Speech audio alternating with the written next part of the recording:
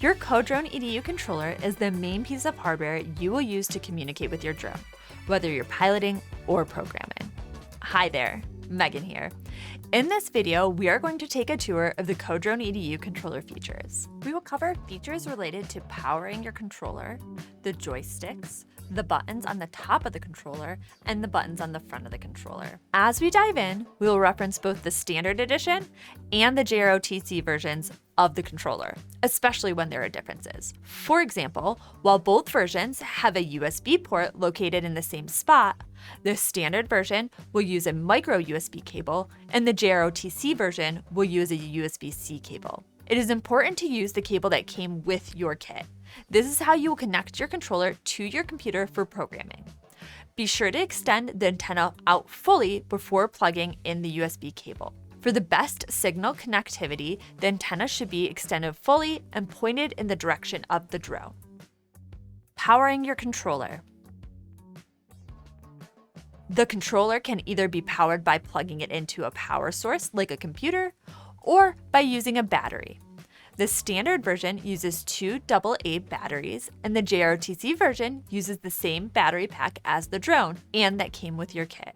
To power your controller, hold the power button, which is located in the top right corner of the controller, until the LCD screen turns on.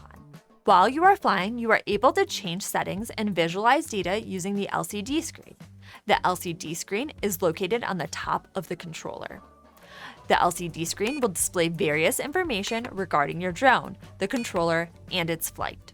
When powering through USB, the CoDrone EDU Standard Edition will power on automatically. However, you will need to hold the power button if using the CoDrone EDU JROTC Edition. You will also notice that while plugged in and powered off, the JROTC Edition controller LEDs will flash green. This is a signal that lets you know that the battery is charging. You will notice that when you power the controller over USB, it automatically sets the controller to link state. This is the state that you will need to be in while you program your drone. However, in order to pilot your drone, you'll need to switch to remote control state. Simply press the power button once, and you will see the LCD screen switch to remote control state. The joysticks. Once in remote control state, you'll be ready to pilot your drone. In order to pilot your drone, you will use the two joysticks located on the top of the controller. Depending on which settings you have selected, each joystick will control two of these flight movements: throttle, up and down, roll, right to left, pitch, forward and backward, yaw, right to left rotation. By default, your joysticks will be set to throttle and yaw on the left joystick and pitch and roll on the right joystick. The top buttons. In addition to the joysticks, you will notice several buttons in the center of the controller. There are 4 directional buttons used for trimming.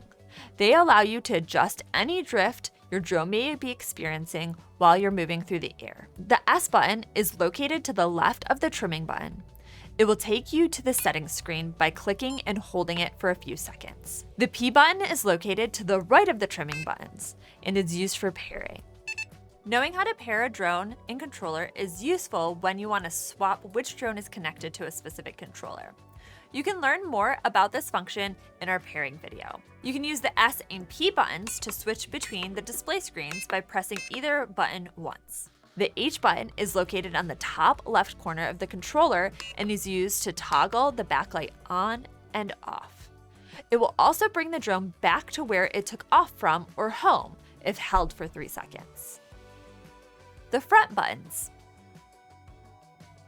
On the front of your controller, you will find the L and R buttons. The L1 button is located on the front top left side of the controller, and if held down, will tell your drone to take off or land. Pressing once and releasing will change the speed of your drone. The R1 button is located on the front top right side of the controller and will change the LED color of the drone and controller when pressed. The best way to get to know your controller is to spend time using it. The more you practice the controls, the better you will get. Happy flying!